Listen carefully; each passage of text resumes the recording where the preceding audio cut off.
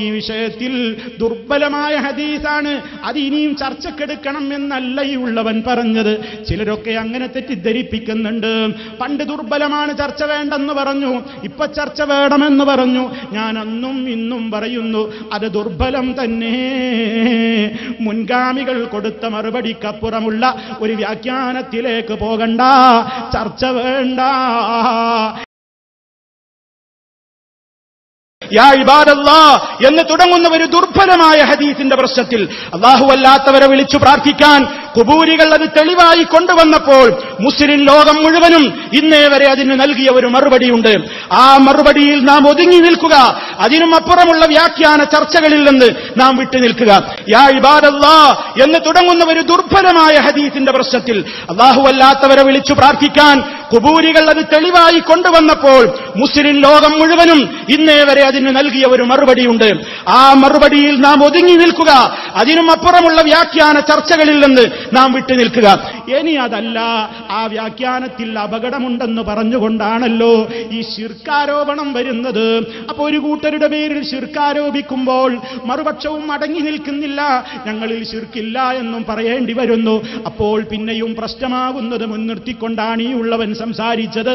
എങ്കിൽ ഇതിനെപ്പറ്റി ശിർക്കാണോ അല്ലേ എന്ന വിഷയത്തിൽ, ശിർക്കുണ്ടോ ഇല്ലേ എന്ന കാര്യത്തിലുള്ള ചർച്ച, അതേ നമുക്കിടയിൽ അത് തീരാതെ മുന്നോട്ട് പോവുകയാണെങ്കിൽ നമ്മൾ പലതിലും ആസ്വദിക്കാറുള്ള ഗൾഫ് രാജ്യങ്ങളിലുള്ള ആലിമീങ്ങളെ കണ്ടുകൂടെ, ഒന്ന് ചർച്ച ചെയ്തുകൂടെ? ഇതാണ് ഈ ഉള്ളവൻ ചോദിച്ചത്. ഇനി അതല്ല സഹോദരങ്ങളെ, ആ മറുപടിയിൽ അപകടമുണ്ടെന്നാണോ നമുക്ക് പറയാനുള്ളത്? ഇനി അതല്ല സഹോദരങ്ങളെ, ആ മറുപടിയിൽ അപകടമുണ്ടെന്നാണോ നമുക്ക് പറയാനുള്ളത്? എങ്കിൽ അത് മുഖവിലക്കെടുത്തുകൊണ്ട് നാം ഇനിയും ചർച്ചകൾ അവസാനിപ്പിക്കരുത്. കൂട്ടമായി ചർച്ച ചെയ്യണം, ഇനിയും പഠനങ്ങൾ നടക്കണം. സാധാരണ ജനങ്ങൾക്കിടയിലേക്കല്ല, പണ്ഡിത ലോകത്ത് ചർച്ച നടക്കട്ടെ. നാം അംഗീകരിക്കുന്ന, നമ്മെ അംഗീകരിക്കുന്ന വിദേശ രാജ്യങ്ങളിലുള്ള ഒട്ടേറെ പണ്ഡിത സഭകൾ നമ്മുടെ ഇന്നത്തെ ഈ പ്രശ്നങ്ങളിൽ ആശങ്കാകുലരാണ്. അവർ നമ്മോട് ഈ വിഷയം തീർക്കണമെന്ന് ആവശ്യപ്പെട്ടുകൊണ്ടിരിക്കുകയാണ്. അവരുടെ മുമ്പിൽ പോയിട്ടും നമുക്ക് ചർച്ച ചെയ്യാം. എന്തിനു വേണ്ടി? ഗൾഫ് സലഫി പണ്ഡിതന്മാർ പറയുന്നത് മുഴുവൻ അണ്ണാക്ക് തൊടാതെ വിഴുങ്ങി തിരിച്ചു പോരാനല്ല, അവരെ തഖ്ലീദ് ചെയ്യാനുമല്ല, അവരുടെ മുമ്പിൽ, അവരുടെ കാൽ കീഴിൽ നമ്മുടെ ആദർശം പണയപ്പെടുത്താനുമല്ല. പ്രിയമുള്ളവരെ, ആദരവോടുകൂടെ പറയട്ടെ, ഞാനൊരിക്കലും ഒരു വിഷയത്തിലേക്ക് ഞാൻ പ്രവേശിച്ചിട്ടില്ല. ഞാൻ അവിടെ നമ്മുടെ തർക്കത്തിലിരിക്കുന്ന ഹദീസിൽ യാ ഇബാദല്ലാഹ് അഈനൂനി എന്ന വിഷയത്തെ സംബന്ധിച്ച് ഞാനൊരു അഭിപ്രായം പറഞ്ഞിട്ടില്ല. ആ ഹദീസ് അങ്ങേയറ്റം ദുർബലമാണെന്ന് ഞാൻ എന്റെ പ്രസംഗത്തിൽ പറഞ്ഞിട്ടുണ്ട്. ആ ഹദീസ് വിഷയമാക്കിയവർ നമ്മളല്ല. ആ ഹദീസ് അല്ലാഹു അല്ലാത്തവരെ വിളിച്ചു പ്രാർത്ഥിക്കുവാൻ ഞങ്ങളുടെ കൈകളിൽ രേഖയുണ്ട് മുജാഹിദുകളെ എന്ന് പറഞ്ഞുകൊണ്ട് ഖുബൂരികൾ എല്ലാ കാലഘട്ടത്തിലും കൊണ്ടു നടക്കുന്ന ഒരു ദുർബലമായ ഹദീസാണ്. ആ ഹദീസിന് മുസ്ലിം ലോകത്ത് ഇന്നേ വരെയുള്ള പണ്ഡിതന്മാർ നാം ഒന്നിച്ചു നൽകിയ ഒരു മറുപടിയുണ്ട്. ആ മറുപടിയിൽ തന്നെ നമ്മൾ ഒതുങ്ങി നിൽക്കണം. അതല്ല, ആ മറുപടി മുഖേന അപകടങ്ങൾ വരാനുണ്ടെങ്കിൽ ആ വാദത്തെയും മുഖവിലക്കെടുക്കണം. മുഖവിലക്കെടുത്തിട്ട് നാം എന്ത് ചെയ്യണം?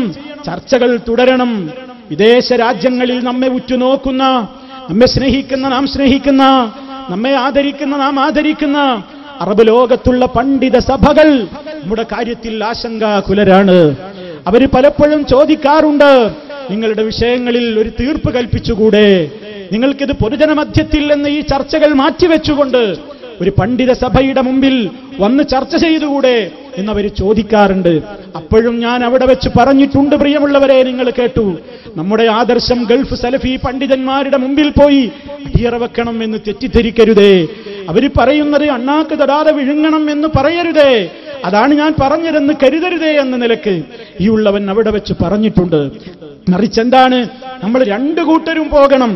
ഒരു കൂട്ടർ പോയാൽ ഒരു കൂട്ടരുടെ വാദം കേൾക്കുമ്പോ ചിലപ്പോ ഈ നാട്ടിന്റെ സ്ഥിതിഗതികൾ അറിയാതെ ഫത്വകൾ വിഭിന്നമായി പോവുകയാണ്.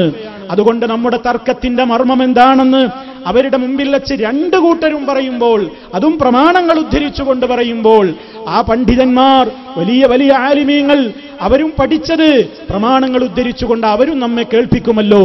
അപ്പോൾ നമുക്കൊരു തീരുമാനത്തിൽ എത്താൻ കഴിയില്ലേ എത്താൻ കഴിയുമെന്നതാണ് എന്റെ പ്രതീക്ഷ എന്നെന്റെ പൊന്നു നേതാക്കളോട് ഞാൻ പറഞ്ഞു, മുജാഹിദുകളോട് ഞാൻ പറഞ്ഞു. ഇത് ഞാൻ പറഞ്ഞത് അത് തൗഹീദിൽ അഴകുളമ്പൻ നയം സ്വീകരിക്കലായി എന്ന് എനിക്കിന്ന് വരെ തോന്നിയിട്ടില്ല പ്രിയമുള്ളവരെ. ഇതാണ് ഈ ഉള്ളവൻ ചോദിച്ചത്. ഇപ്പോഴും അതാണ് ആവർത്തിക്കാനുള്ളത്. അപ്പൊ സഹോദരന്മാരെ, ആ നിലക്ക് തെറ്റിദ്ധാരണകൾ നമ്മൾ മാറ്റിയിട്ട് എന്ത് വേണം നാം തെറ്റിദ്ധാരണകളിൽ അകപ്പെടാതെ ശിർക്കിനെതിരെയുള്ള നമ്മുടെ പോരാട്ടം, ഇപ്പോഴും അതാ എനിക്ക് പറയാനുള്ളത്. ശിർക്കിനെതിരെയുള്ള നമ്മുടെ പോരാട്ടം, ബിദ്അത്തുകൾക്കെതിരെയുള്ള നമ്മുടെ പോരാട്ടം ഭിന്ന സ്വരങ്ങളില്ലാതെ നാം മുന്നേറിക്കൊണ്ടിരിക്കണം.